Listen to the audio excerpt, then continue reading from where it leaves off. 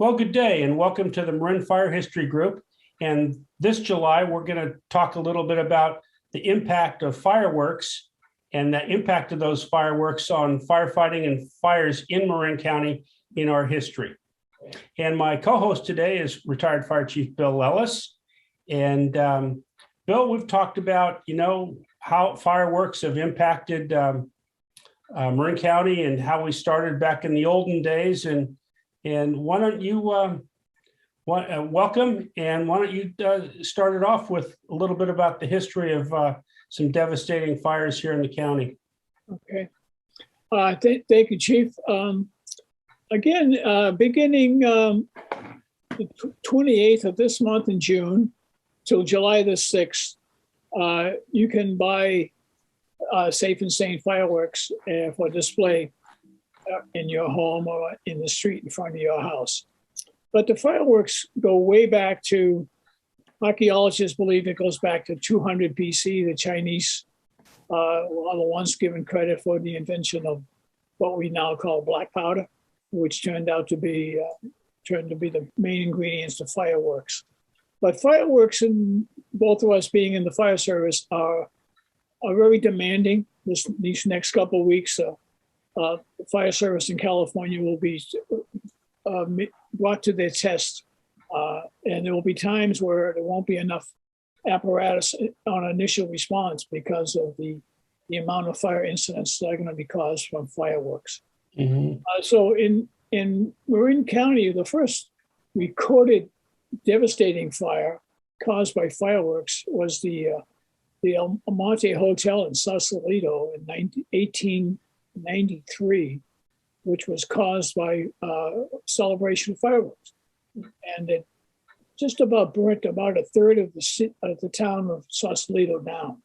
Wow. In those days, the fire department was basically buckets, and maybe if they're lucky, they had a hose cart and maybe some type of wooden pump, by a manual pump, but there was no motorized fire apparatus. So, and in some cases, they almost lost some of the ferry boats that were at the dock by the Hotel Almonte. So they've been with us a long time.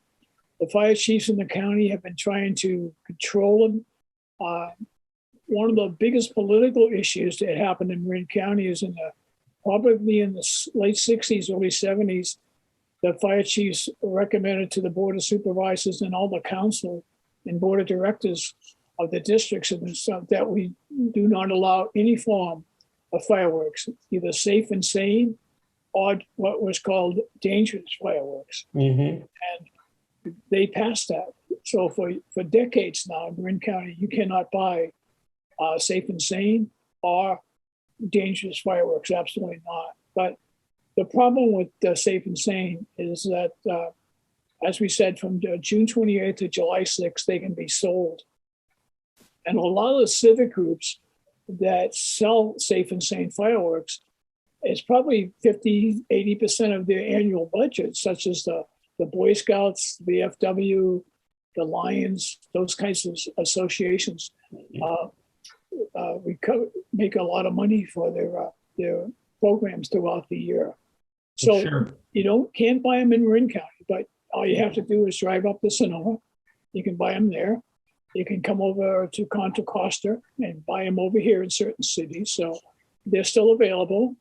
The only thing is they're supposed to have a state fire marshal tag on them that says, in fact, that they are safe and sane. But even the safe and sane fireworks, for example, the sparklers, NFPA recommends that safe and sane fireworks should not be allowed also. The temperature, for example, the temperature of a sparkler is almost 2,000 degrees. Wow. And we just watch them for the little kids to bounce around, hold in their hands. But if it's out of control or the child gets panically and drops it, and we're in wildlands country, it's going to be devastating. So that's safe and sane. Even safe and sane can be dangerous to us. So in California, this next couple of weeks and then the month of July, we'll probably have in California probably over 9,000 incidents involving fireworks. And the fire service is going to have to respond to them. So, Sure. yeah. Sure. So But- it sounds like as firefighters, we've been responding to incidents caused by 4th of July celebrations for, well, as long as we've been around, I guess, Bill. Oh, Like you say, they came darn near burned down the town of Sausalito in 1893. And I know that, our very first 4th of July fireworks celebration was in 1777 in Philadelphia. And, they had fireworks then, as you mentioned, it was black powder stuff. And they had cannons and, bells going off. And it was in honor of the 13 original states. And so we have a long history of it, but there's some negativity involved too. I know when I was doing my research for the beginnings of the Kentfield Fire District, we talked about fires in Kentfield that had started before there was a fire department there.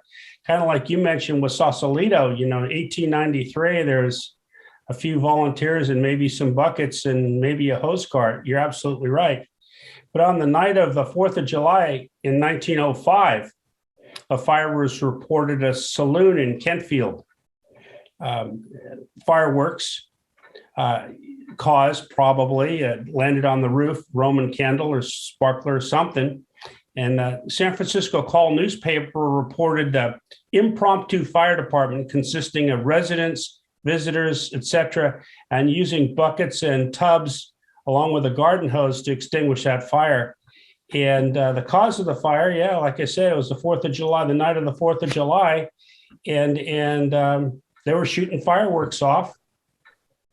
And there was no fire department to protect them. As you said, next week we'll see 10,000 incidences caused in the state of California by fireworks. And one of the effects of living so close to San Francisco, San Francisco, outside of mainland China, has the largest Chinese population in the country. And right now in San Francisco and in the area, there are tons and tons and tons of illegal, dangerous fireworks that are being sold. And we're talking about the sky rockets, the bottle rockets, the M80s. These are all considered in California to be dangerous fireworks. They do not carry a state fire marshal safety tag on them. So they're all around us. There's something about fireworks in our psyche as we move through the evolution that we're fascinated with fire and fascinated with the spectacular things that fireworks do. Well, I mean, I'm the same way as anyone else. I enjoy looking at fireworks, even safe and sane that are presented by professional pyrotech companies. In Larkspur, for one example, years ago, Corte Madera would have fireworks one year, and then Larkspur would have them the next year. In the last year we had them, what happened was the company wasn't reputable, but we don't know those things. They're licensed, so you sign the permit.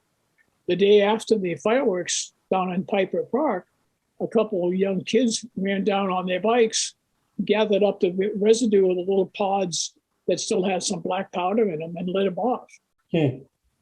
Suffered some facial burns and hair burns and so forth. And the city of Larkspur Fire Department was sued along with the city and the pyrotech company. And we had to pay, I remember out of my budget, I had to find $50,000 to get out of the suit. And we found $50,000 and we were dismissed from the suit. But even the pyrotech programs can have consequences that affect us. So they moved to San Rafael, the fair on the 4th of July. The county has its annual fair. Yeah, still does. 4th of July weekend. That's right. And if you want to, I mean, and then that was a problem because traffic on 101 was stopped. It was a parking lot. All the streets and hills around the Civic Center. You couldn't move an ambulance or an piece of emergency apparatus. So the last I heard of is when I was there that they reduced the height of the fireworks to 100 feet. So it can't be seen too much from this Highway 101. Sure, Traffic kind of flows pretty smoothly now, but sure. for a couple of years there, it was quite a problem for us.